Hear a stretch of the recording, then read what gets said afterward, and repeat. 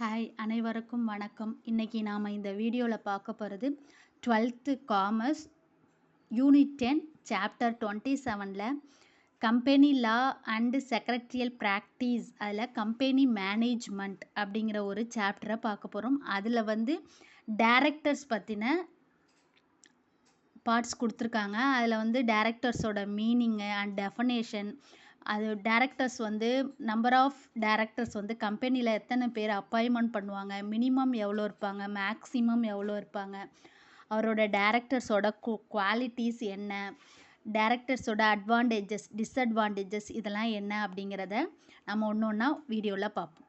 First meaning and definition of directors. அதில் meaning of டைரக்டர்ஸில் first the person one who takes active interest in the well-being of a company and one of the members of board of directors is called as director of a company.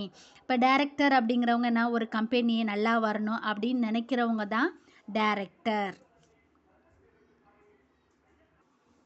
இப்போ directors அப்படிங்கிறவங்க ஒரு company நல்லா வரணுங்கிற நினைக்கிறவங்க தான் director சொல்லுவோம். இப்போ இந்த போர்ட் ஆஃப் டைரக்டர்ஸ் இவர் என்னது, ஒரு போர்ட் ஆஃப் டைரக்டர்ஸில் ஒரு மெம்பராக இருக்கிறவங்கள தான் நம்ம என்ன சொல்கிறோம் அப்படின்னா டைரக்டர்ஸ் அப்படின்னு சொல்கிறோம்.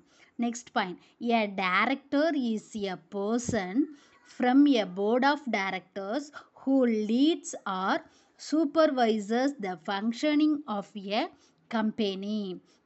இப்போ ஒரு கம்பெனியை இது சூப்பர்வைஸ் பண்ணுறவங்க, ஃபங்க்ஷனிங் அதாவது கண்காணிக்கிறவங்க, அதை வழி நடத்துகிறவங்க, அவங்கள தான் நம்ம என்ன சொல்கிறோம் அப்படின்னா டைரக்டர்ஸ் அப்படின்னு சொல்கிறோம். Next definition of company. Definition of directors. இந்த டைரக்டர்ஸுக்கு கம்பெனிஸ் ஆக்ட் 2013 செக்ஷன் 234 அவங்க இந்த டைரக்டர்ஸ்க்கான என்ன டிஃபைன் பண்ணியிருக்காங்க அப்படின்னு பார்த்தா, a person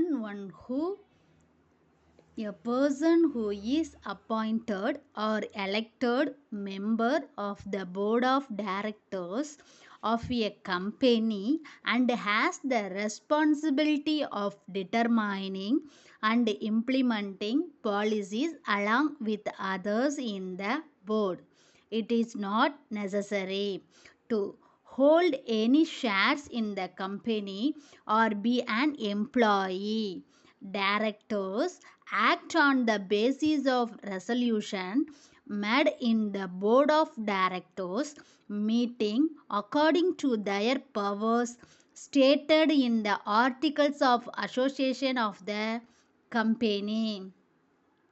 இப்போ இந்த டைரக்டர்ஸ் அப்படிங்கிறவங்க என்ன இருக்கிற, ஒரு கம்பெனி அப்பாயின்மெண்ட் பண்ணுறவராக இருக்கலாம், இல்லை ஷேர்ஹோல்டர்ஸ் எல்லாம் சேர்ந்து எலெக்ஷன் வச்சு அந்த செலக்ட் பண்ணுற ஒரு மெம்பராகவும் இருக்கலாம். அப்போ நெக்ஸ்ட் இந்த போர்ட் ஆஃப் டைரக்டர்ஸ் எல்லாம் என்னது, போர்ட் ஆஃப் டைரக்டர்ஸில் இவர் ஒரு மெம்பராக இருக்கலாம். இப்போ இவரோட ரெஸ்பான்சிபிலிட்டி என்னென்னா கம்பெனி என்னென்ன பாலிசியெல்லாம் ஃபாலோ பண்ணணும் அப்படிங்கிறத டிசைட் பண்ணுறாங்களோ அதை செயல்படுத்துறது தான் இந்த டைரக்டர்ஸோட ரெஸ்பான்சிபிலிட்டி. அப்போ அதை என்ன செய்யலாம், அவர் இண்டிவிஜுவலாகவும் அந்த இதை டிசைட் பண்ணுறது, இல்லை போர்ட் ஆஃப் டைரக்டர்ஸோட மற்ற மெம்பர்ஸோட கலந்து பேசி அதெல்லாம் டிசைட் பண்ணுறது, அந்த மாதிரியும் அவர் செய்யலாம். இப்போ அந்த கம்பெனியில் ஒரு போர்ட் ஆஃப் டைரக்டர்ஸ் ஆகணும் அப்படின்னா ஃபஸ்ட்டு எம்ப்ளாயாகவோ இல்லை அந்த ஷேர்ஸ் வாங்கணும் அப்படிங்கிற அவசியம் கிடையாது. அதுக்கு தான் என்ன சொல்லியிருக்காங்க, 2013க்கு முன்னாடி தான் அப்படி இருந்துச்சு. ஆனால் 2013க்கு அப்புறம் அந்த மாதிரி இல்லை. அந்த கம்பெனியில் ஷேர்ஸ் வாங்கினா தான் டைரக்டர்ஸாக இருக்கலாம், அந்த கம்பெனியில் எம்ப்ளாயாக இருந்தால் தான் டைரக்டர்ஸாக இருக்கலாம் அப்படிங்கிறது ஆக்ட், அந்த ஆர்டிகல்ஸ் ஆஃப் அசோசியேஷன் என்ன செஞ்சுருக்காங்கன்னா 2013க்கு அப்புறம் அது இல்லாமல் பண்ணிட்டாங்க. இப்போ அந்த போர்ட் ஆஃப் டைரக்டர்ஸ் எப்படி இருக்கலாம், அந்த கம்பெனி எந்த பர்சனை வேணாலும் அப்பாயிண்ட் பண்ணலாம். எலெக்ஷன் வச்சு ஷேர் ஹோல்டர்ஸ் எல்லாம் சேர்ந்து எலெக்ட் பண்ணி அவரை ஒரு மெம்பராகவும் இருக்கலாம். அந்த மாதிரி அவங்க எலெக்ட் பண்ணலாம். ஷேர் தான் வாங்கி தான் டைரக்டர்ஸ் ஆகணும், அந்த கம்பெனியில் எம்ப்ளாய் ஆகி தான் டைரக்டர்ஸ் ஆகணும் அப்படிங்கிறது கிடையாது. தேங்க்யூ.